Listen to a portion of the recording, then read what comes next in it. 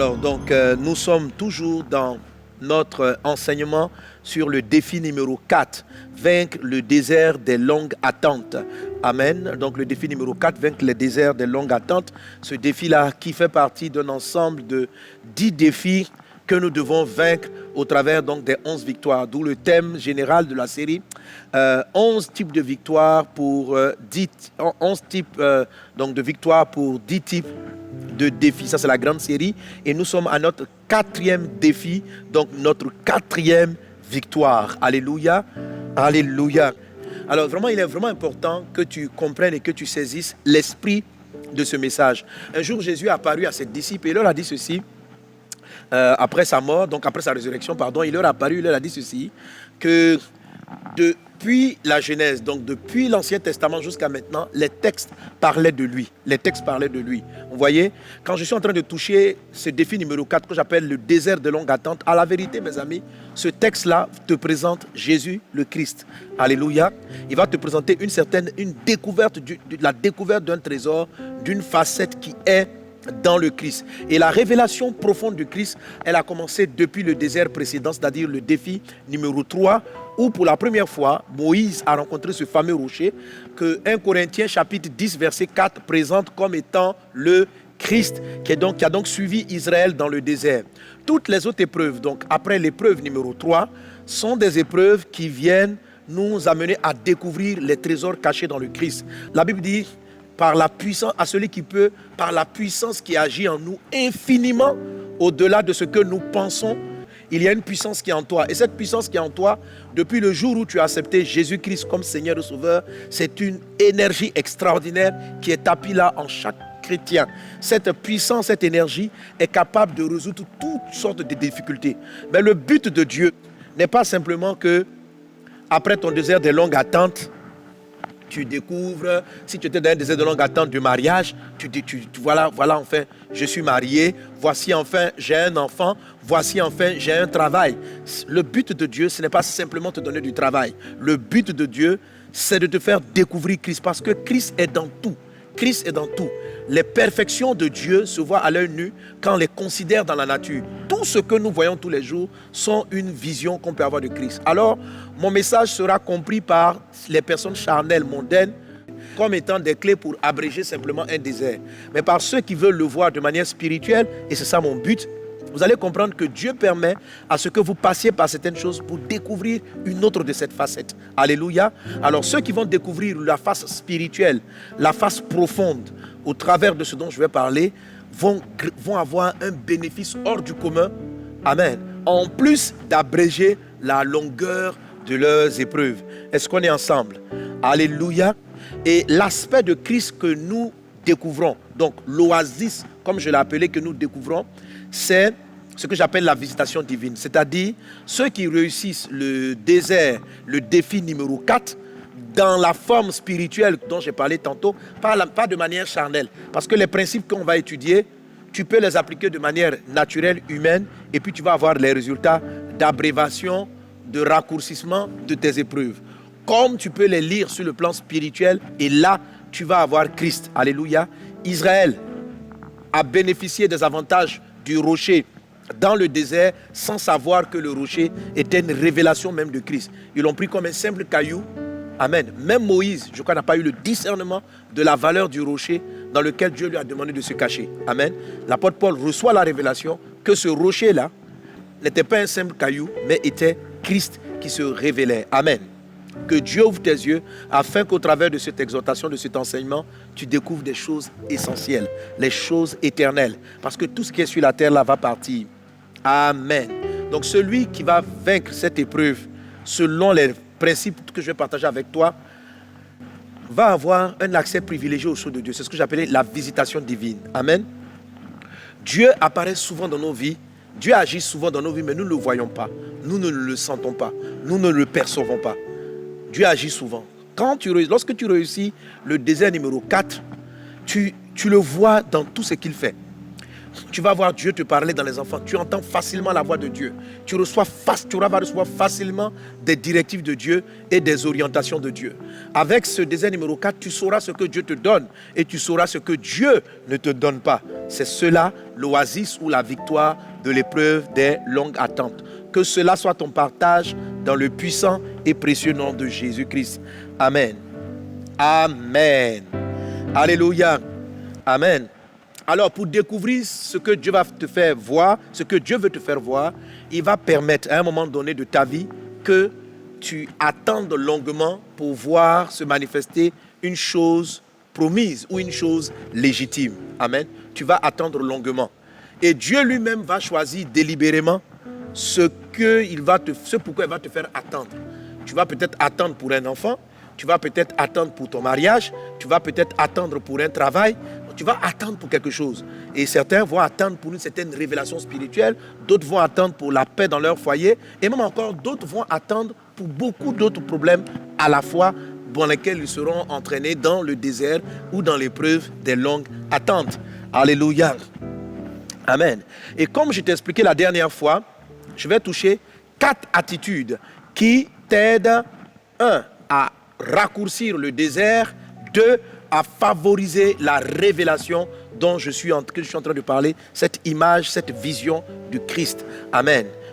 Reçois-la au nom de Jésus, que le Saint-Esprit ouvre tes yeux afin que tu comprennes cela. Mais la clé que nous allons partager aujourd'hui, la deuxième attitude, est le début de cette révélation. Est le début de cette révélation parce que lorsqu'elle va être résolue, Dieu va parler à Abraham et aussi à Moïse. Il va leur accorder une nouvelle dimension de révélation et de visitation divine. Quelqu'un donne un bon amen avec moi. Alléluia. Tu vois, ça ressemble un peu à l'épreuve qu'a connue la femme samaritaine. Ok? Ce n'était pas vraiment une épreuve de longue attente, mais pour elle, ça ressemblait plus à une épreuve de désert 1, avec beaucoup de maras. Donc c'est la dame qui a eu 5 maris, qui a été déçue par ces 5 mariages et qui était donc en train d'aborder un 6e mariage lorsqu'elle rencontre Jésus.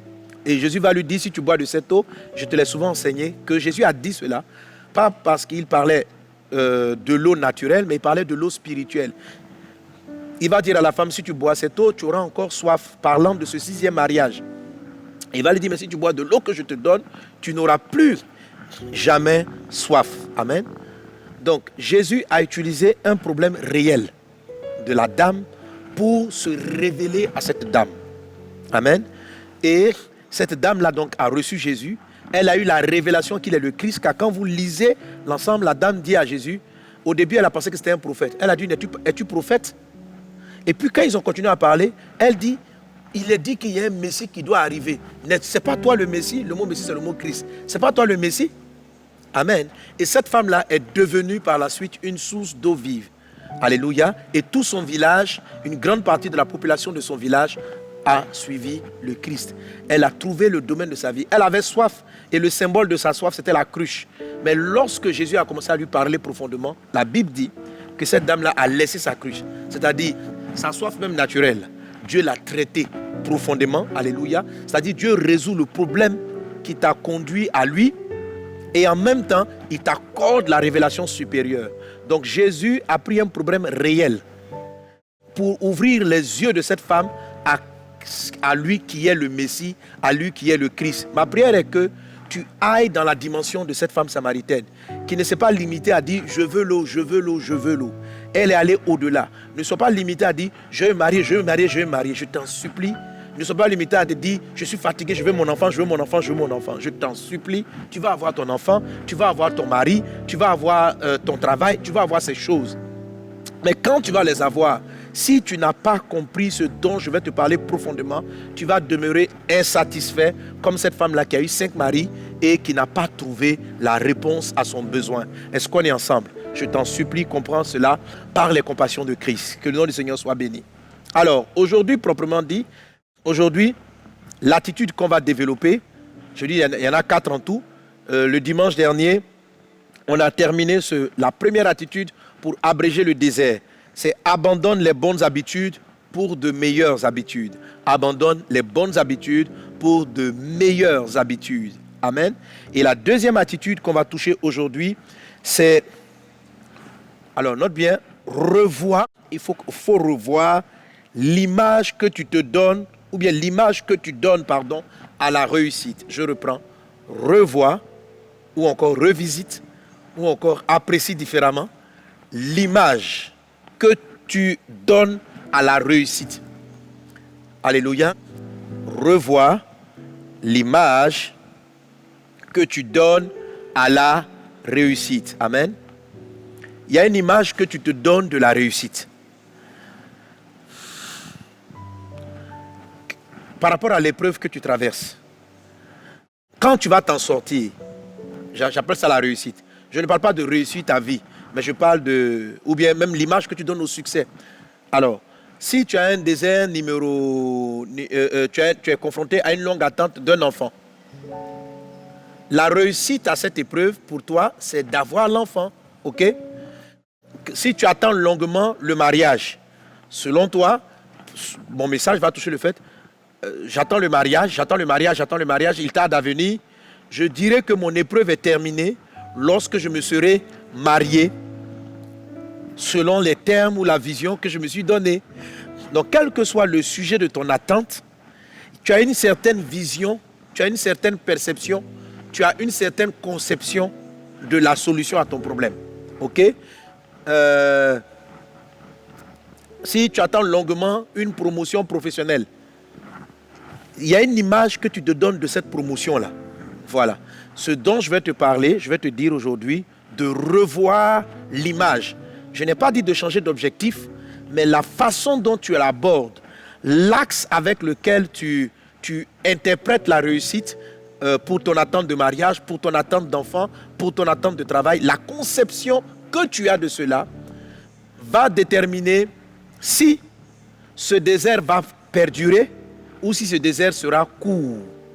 C'est un désert de longue attente, pas qu'il sera court, mais s'il sera abrégé. Je t'ai dit la dernière fois que les deux premières attitudes, il y en a 4 qu'on va étudier, les 2 premières vont jouer sur le retard qui est de ton fait.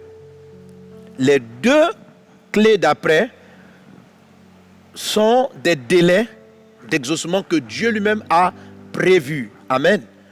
Quand on dit que ce que Dieu a prévu, c'est quoi? Si quelqu'un sème un maïs,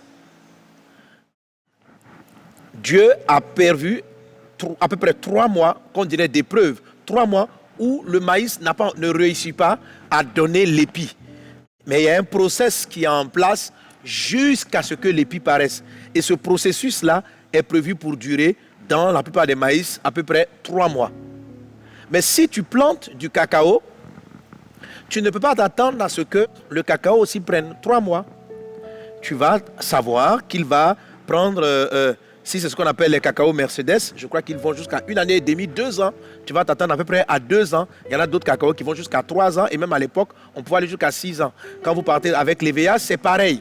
Donc, ce que tu sèmes, tu ne peux pas dire que quand tu attends un cacao pendant 1 année et demie ou 2 ans et qu'il ne donne pas à 1 an, tu commences à dire, je suis dans un désert de longue attente. Je suis dans un désert de longue attente. Tu t'entends quoi? Tu dis, j'ai planté du cacao, ça fait 1 an, je ne mange toujours pas de cacao. Je suis éprouvé. Ok? Non. Dieu a mis dans chaque résultat, dans chaque chose, un temps. Un temps. Donc, les deux attitudes d'après vont te donner le discernement du temps de chaque miracle que Dieu a fait dans ta vie. Amen. Voilà. Si ta vie est une plantation de cacao, c'est-à-dire toi, tes grands résultats vont arriver à un certain temps, tu vas avoir cette révélation-là de savoir comment est-ce que tu dois agir.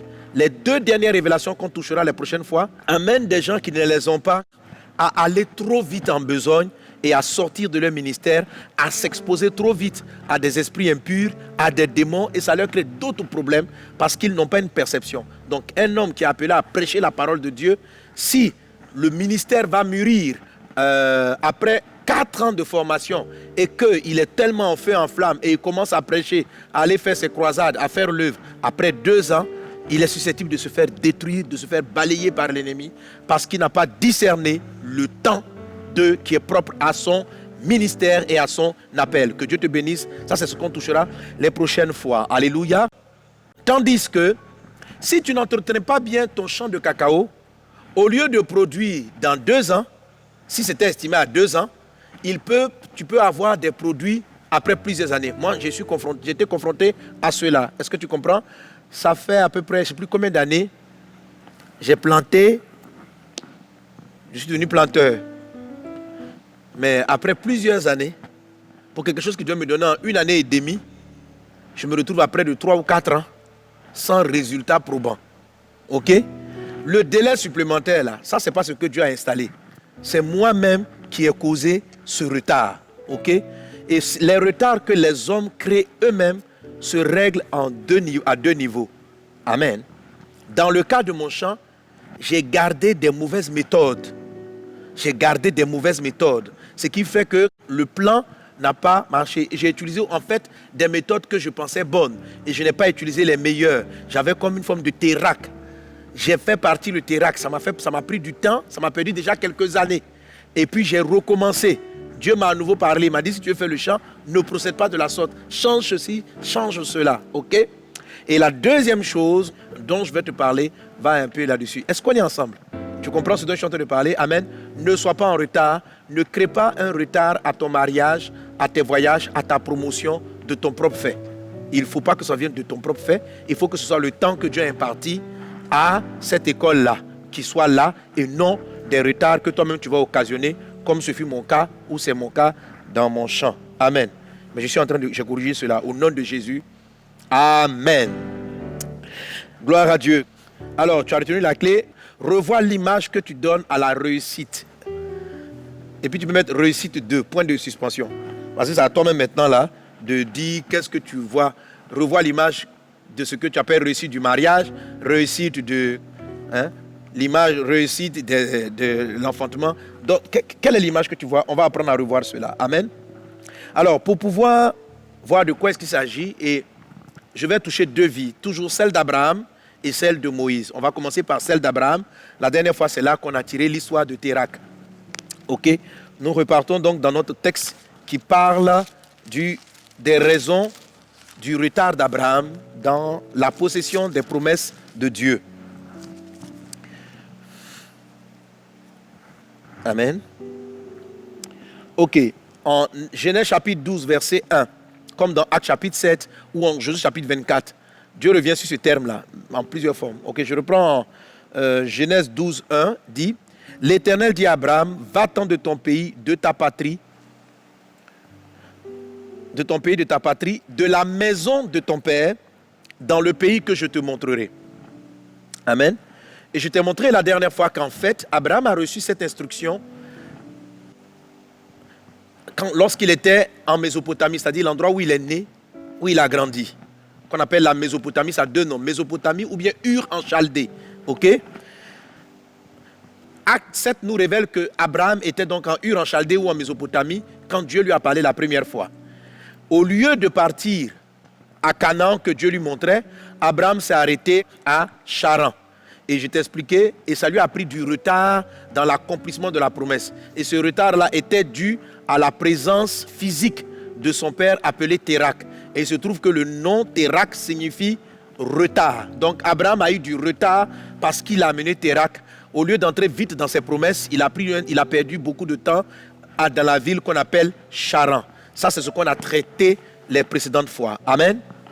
Et après cela, quand Térac va mourir, on parle de la mort de Térac dans le chapitre qui précède, le verset 11, chapitre 11, verset 31. Quand Térac va mourir, Dieu va à nouveau parler à Abraham.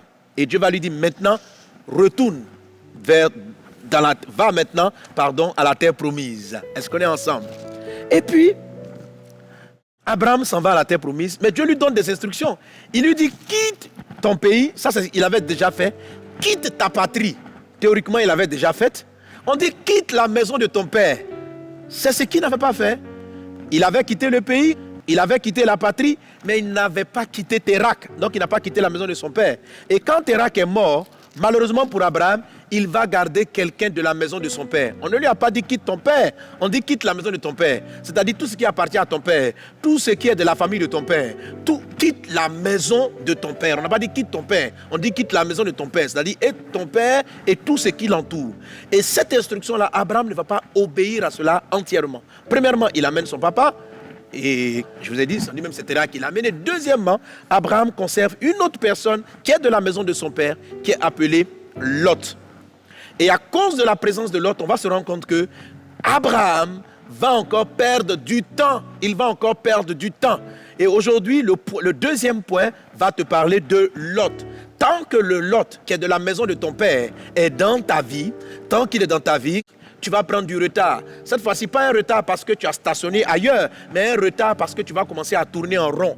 Un retard, ton mariage même peut arriver. Quand Lot est dans ta vie, ton mariage même peut être là. L'homme de ta vie peut être à côté de toi. Mais tant que Lot est dans ta vie, tu ne le verras pas.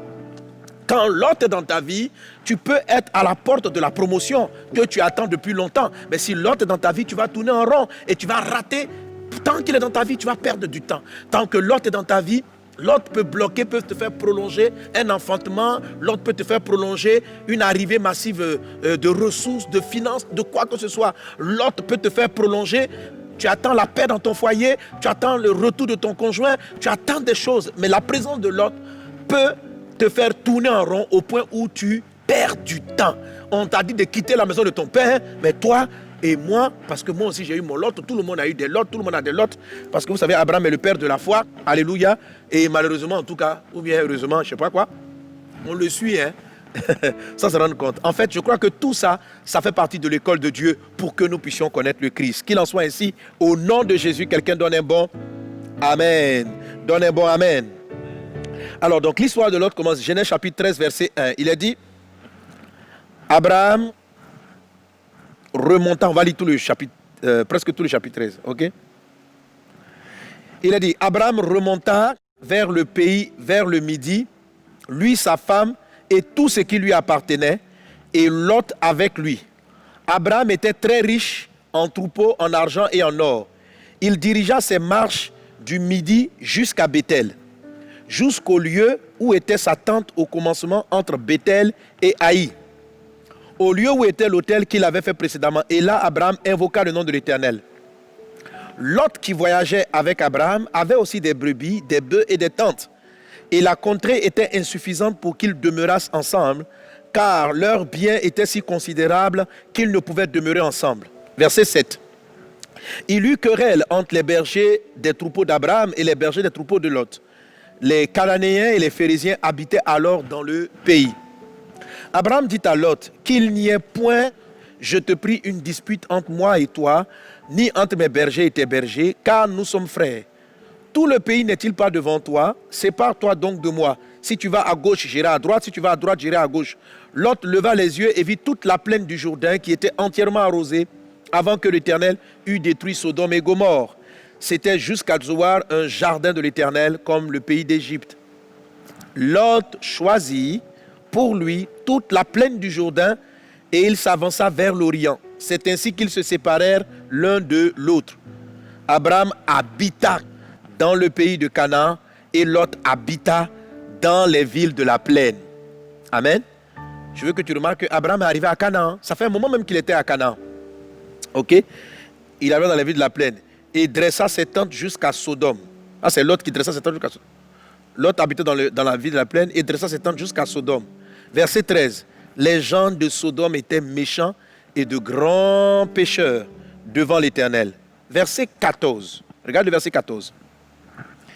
Verset 14. L'Éternel dit à Abraham, après que Lot se fut séparé de lui, lève les yeux et du lieu où tu es, regarde vers le nord, vers le sud, ici c'est vers le midi, vers l'Orient et l'Occident. Donc regarde nord, sud, est, ouest. Regarde, car tout le pays que tu vois, je le donnerai à toi et à ta postérité pour toujours. Je rendrai ta postérité comme la poussière de la terre, en sorte que si quelqu'un peut compter la poussière de la terre, ta postérité aussi sera comptée. Lève-toi, parcours le pays dans sa longueur et dans sa largeur, car je te le donnerai. Amen. Alléluia.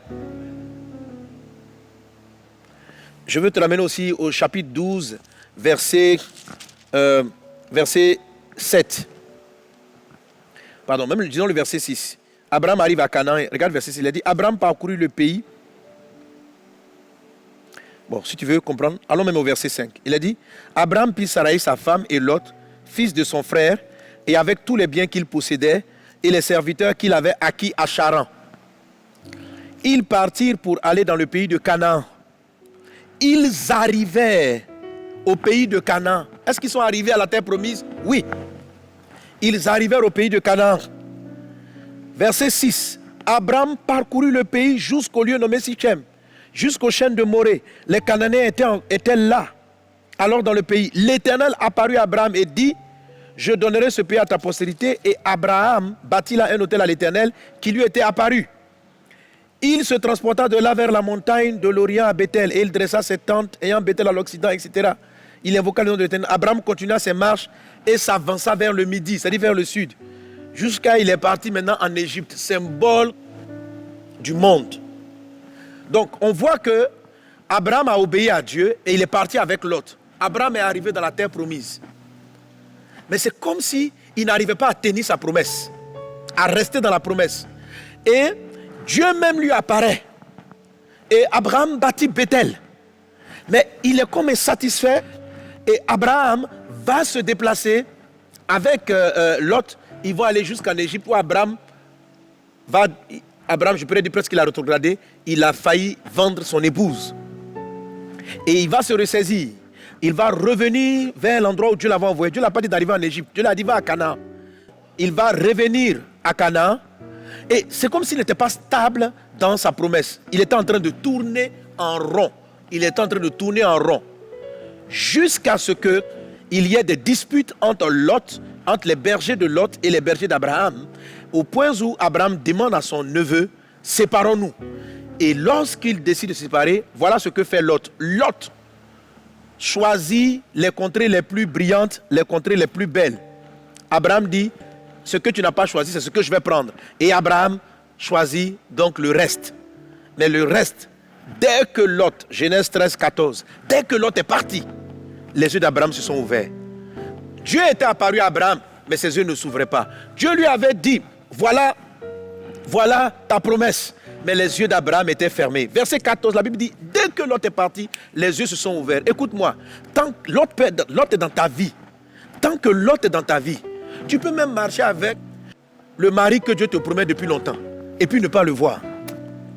Dieu peut même t'apparaître dans des rêves et te dire c'est l'homme de ta vie et puis tu ne vas pas le voir quand même. Tu peux arriver dans le travail où tu seras béni, où tu seras élevé et tu ne verras pas. Tu peux arriver dans le pays où Dieu t'a promis de t'élever et tu ne verras pas. Tu peux commencer l'activité professionnelle dans laquelle Dieu a dit qu'il va te bénir et tu ne verras pas les résultats. Tu peux commencer, si ta promesse est d'être un pasteur qui sera une source de bénédiction tant que Lot est dans ta vie. Tu peux rentrer dans le ministère et voir que les promesses relatives à ton ministère tardent à se mettre en place parce qu'il existe quelque chose dans ta vie qu'on appelle Lot.